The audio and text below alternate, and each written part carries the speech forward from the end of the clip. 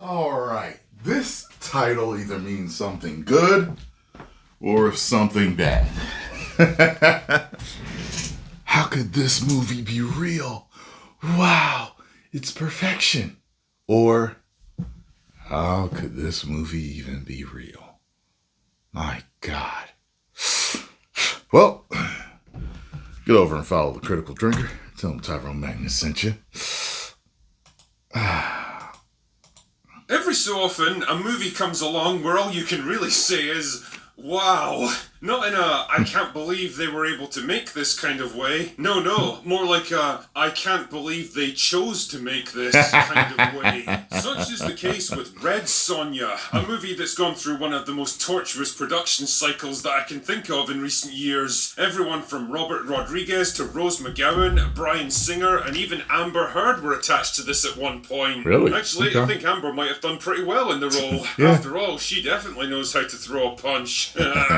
Anyway, after years of failed attempts and a revolving door of writers, directors, and actors that makes DC look like a model of organised efficiency, the cast and crew were finally locked in, and Red Sonja was shot in Bulgaria in 2022. Then, nothing happened for the next 3 years, which is always a sure sign you've got a hit on your hands. Just ask Ironhearts.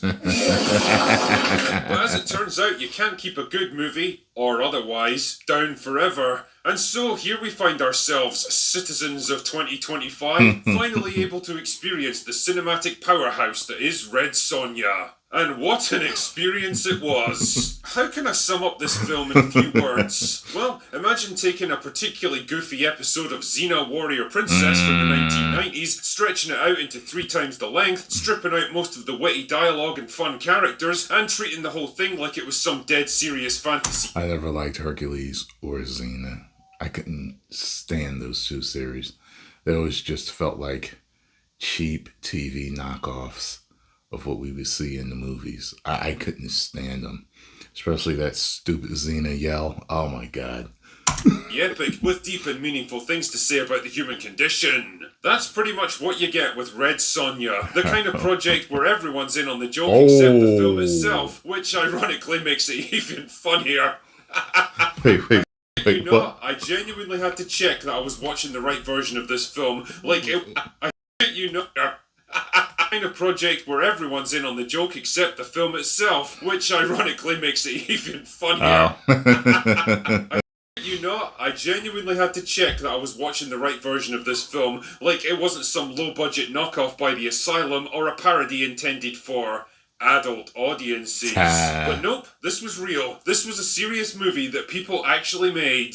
And it's superb. The script is lean and perfectly proportioned. The characters are fleshed out and well-rounded. The visuals are easy on the eye and... Wait, what? I lost my train of thought there. Anyway, let's discuss the plots. So Red Sonja like begins in the kind showing of a whole lot peaceful, of the same sexually type of shot. egalitarian, racially diverse medieval village that only modern Hollywood casting agencies can summon up. Sonja herself is living a happy and idyllic life with her mum. Already no woke idea what up. her dad is, of course, but let's not worry about that. But oh no, then a bunch of bad guys show up and start killing people, including this giant monkey man here whose species and existence is never really explained, and then the screen fades to black and I've got no idea how any of that stuff got resolved. It doesn't matter though, because we skip forward like 20 years and Sonja's now living happily as a hermit in the forest. And me, they must have some pretty good beauty salons out there because she looked like she just walked in from the streets of Beverly Hills. Anyway, whatever. Her peaceful life is I interrupted. didn't know what he was saying.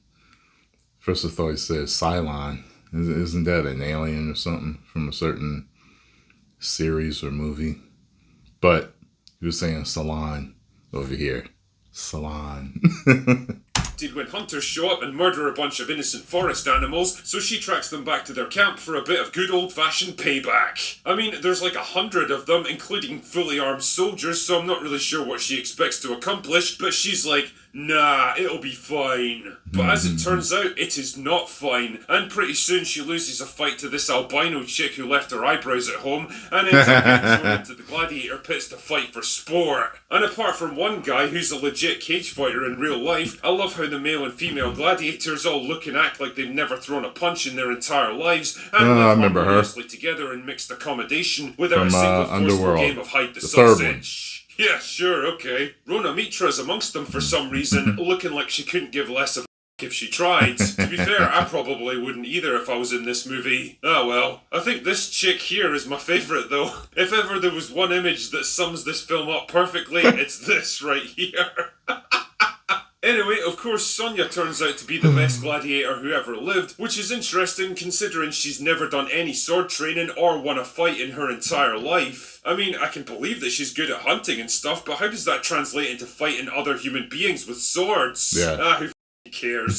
So, evil Emperor Guy decides that she has to fight one of her friends to the death, but she's like, nah, it'll be fine. But it's not fine, and Rona Mitra dies so that she can get released from her contract early. Then Sonja has to fight a big monster thing that's being mind-controlled by the evil Emperor Guy, but that's okay because she removes the control collar, so the monster attacks evil Emperor Guy and everyone then escapes. Wow, that was super easy. Barely an inconvenience, in fact. But evil Emperor Guy isn't done yet, so he sends the chick with no eyebrows and an army of soldiers in plastic armour to hunt them down. Then there's a big battle scene which stretched the movie's budget to its absolute limits, and all the plastic soldiers get killed, and Sonja dies for a while as well, but then she gets better, and no eyebrow chick turns against evil Emperor Guy, and they double KO each other, and evil Emperor Guy is like, sorry for being evil, and Sonja's like, it's cool bro. Then he dies and everyone lives happily ever after, and that's it, that's the plot for Red Sonja. Me, where do I even start with this one? Should I talk about the abominable CGI, the meandering and nonsensical plot, the costumes that look like they were stolen from a medieval-themed restaurant, the horrendous dialogue that must have made the actors physically sick? I have a wooden sword.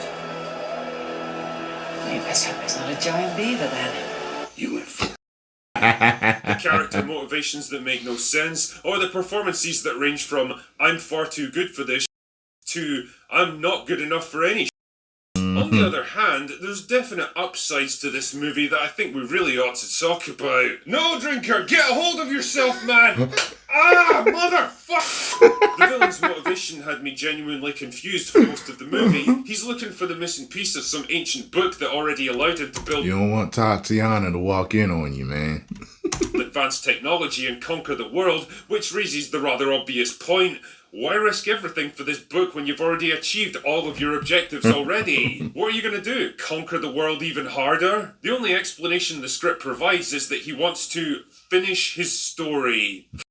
What? Was this like a script note that somehow made it into the actual dialogue or what? Like Cody Rhodes? Who cares? It doesn't help that he's played by an absolute who talks like a modern-day millennial and possesses all the authority and masculinity of Pedro Pascal in a rainbow-coloured onesie. God. Seriously, how the did this guy rise to become an emperor? Who would even follow him, and why? On the plus side, lead actress Matilda Lutz really swung for the fences as Sonja, I'll say that much. I don't imagine there's any Oscar wins in her future, but she definitely got in shape for the role, and the movie's not afraid to prove it. I mean, I can't shake the feeling that the producers might have lied to her about the kind of movie she was making, though. Red Sonja from the comics was very male gaze oriented, and this is a completely different story.